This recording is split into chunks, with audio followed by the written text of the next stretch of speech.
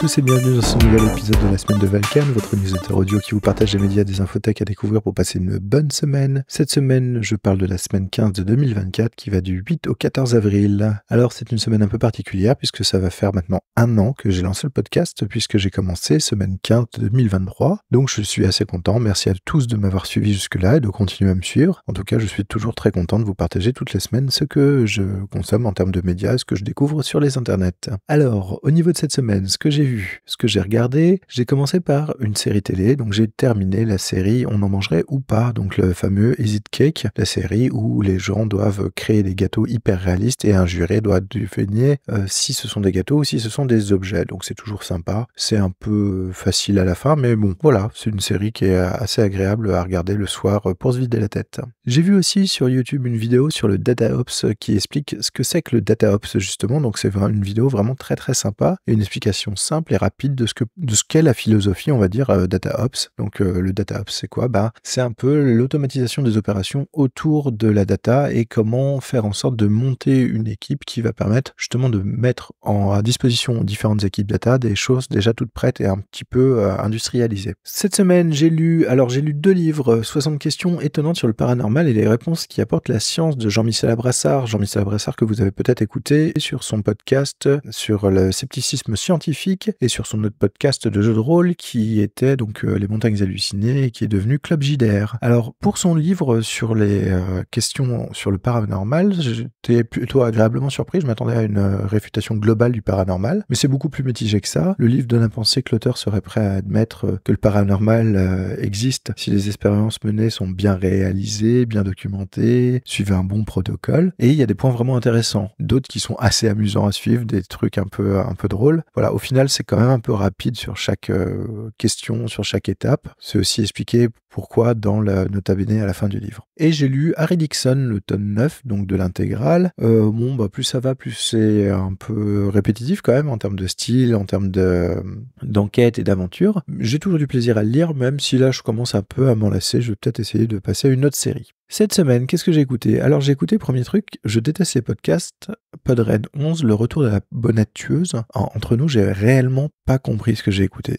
J'ai absolument aucune idée de ce qui s'est passé. Donc voilà, si vous avez des informations sur ce que c'est que ce podcast, quel était le but de l'émission, etc., dites-le moi parce que je suis complètement perdu. J'ai écouté le podcast L'air de rien numéro 14, des petits bruits de FR, donc je suis toujours très content d'écouter FR, ça me fait découvrir à chaque fois plein de nouvelles choses, plein de nouveaux podcasts, plein de nouvelles lectures. Là j'ai des articles à lire, des newsletters à regarder, des podcasts à écouter, donc merci à toi FR de partager toi aussi tout ce que tu trouves sur les internets.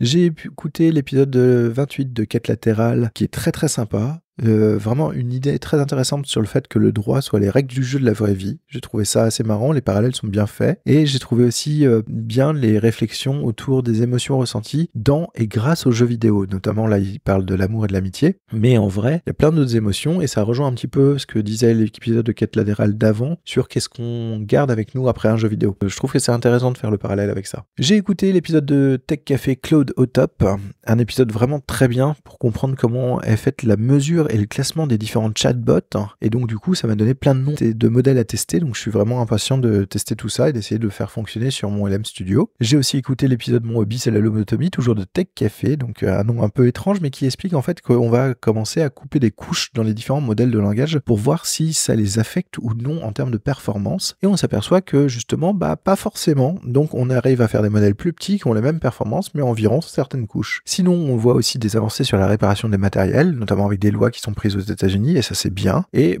les petites piques envers Microsoft sur Minecraft, c'est personnellement Guillaume, je suis avec toi, c'est mérité. Et sinon, le dernier point de cet épisode qui m'a un peu mis en colère, c'est effectivement ce que fait Broadcom avec VMware. À l'heure actuelle, c'est un peu une prise d'otage et c'est un peu compliqué. Dernier épisode que j'ai écouté de cette semaine, qui est encore un épisode de Tech Café, mais donc un spécial qui était sur Email Connect. Donc c'était dans le cadre du podcaston. Guillaume vendait et recevait une personne de chez Email Connect pour expliquer un peu ce que fait l'assaut, et franchement je ne connaissais pas cette partie de l'association Emmaüs. J'ai trouvé ça super intéressant et super sympa. Et en plus, on s'aperçoit effectivement que le frein d'accès au numérique résulte plus de la catégorie socio-professionnelle que de l'âge déjà, qu'il y a toute une frange de la population jeune qui ne sait pas utiliser un clavier-souris, et ça c'est quand même assez inquiétant puisque ça risque d'être quand même leur outil sur les prochaines années. Donc voilà, il y a pas mal de choses qui font réfléchir et c'est plutôt intéressant. Cette semaine, j'ai travaillé sur quoi? J'ai travaillé toujours sur mes petites annonces de la Radio Campus Academy, donc là je suis en train d'essayer de faire des extractions un petit peu pour retrouver tous les lieux, les personnages, tous les événements, etc., histoire de faire un peu une bible de l'univers.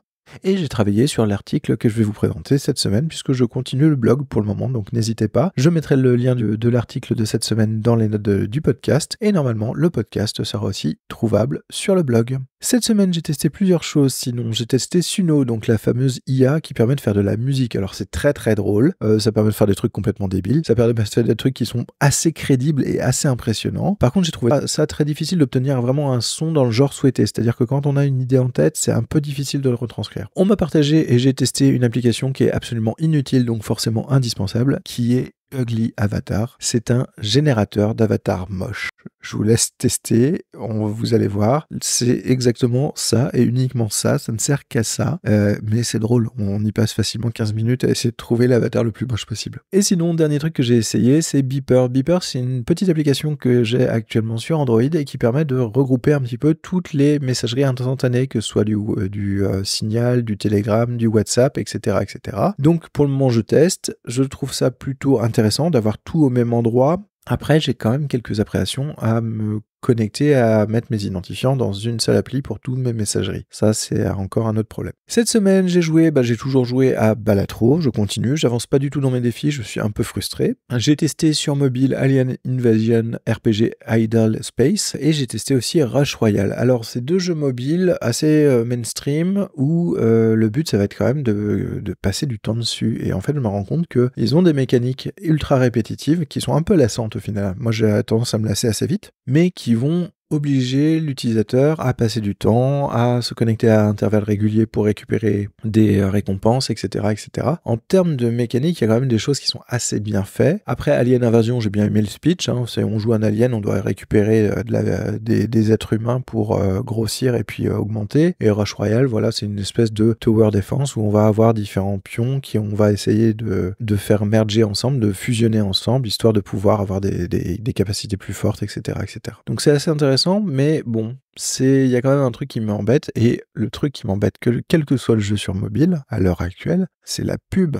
C'est que non seulement pour débloquer certaines choses ou aller plus vite sur certaines constructions, etc., avoir des ressources, on regarde de la pub. Alors, une fois, de temps en temps, pourquoi pas, on regarde une vidéo, etc. Mais là, la problématique, c'est que maintenant, les pubs, elles sont longues en vidéo. Après la vidéo, il y a une sorte de mini-jeu où on peut jouer qu'il faut encore attendre pour pouvoir passer, et ensuite il y a un splash screen avec le nom du jeu, il faut encore attendre pour passer. Et alors je sais pas si c'est mes doigts, si c'est mon téléphone ou si c'est les applications qui sont faites comme ça, mais un coup sur deux, quand j'appuie sur le bouton pour passer, déjà qui est planqué en haut à droite de l'écran, et ben ça me lance le Google Play Store pour acheter le truc. Et ça, j'ai quand même un problème parce que la publicité est très longue. On demande énormément de regarder des publicités tout le temps, à toutes les sauces, etc. pour obtenir telle ou telle ressource, etc. Et en plus, sortir des publicités, ça devient un cauchemar. Donc en vrai, les jeux mobiles, là, ça devient horrifique. Voilà, ça sera tout pour cette semaine. En tout cas, je vous remercie de me suivre depuis un an, ou si vous avez découvert le podcast récemment,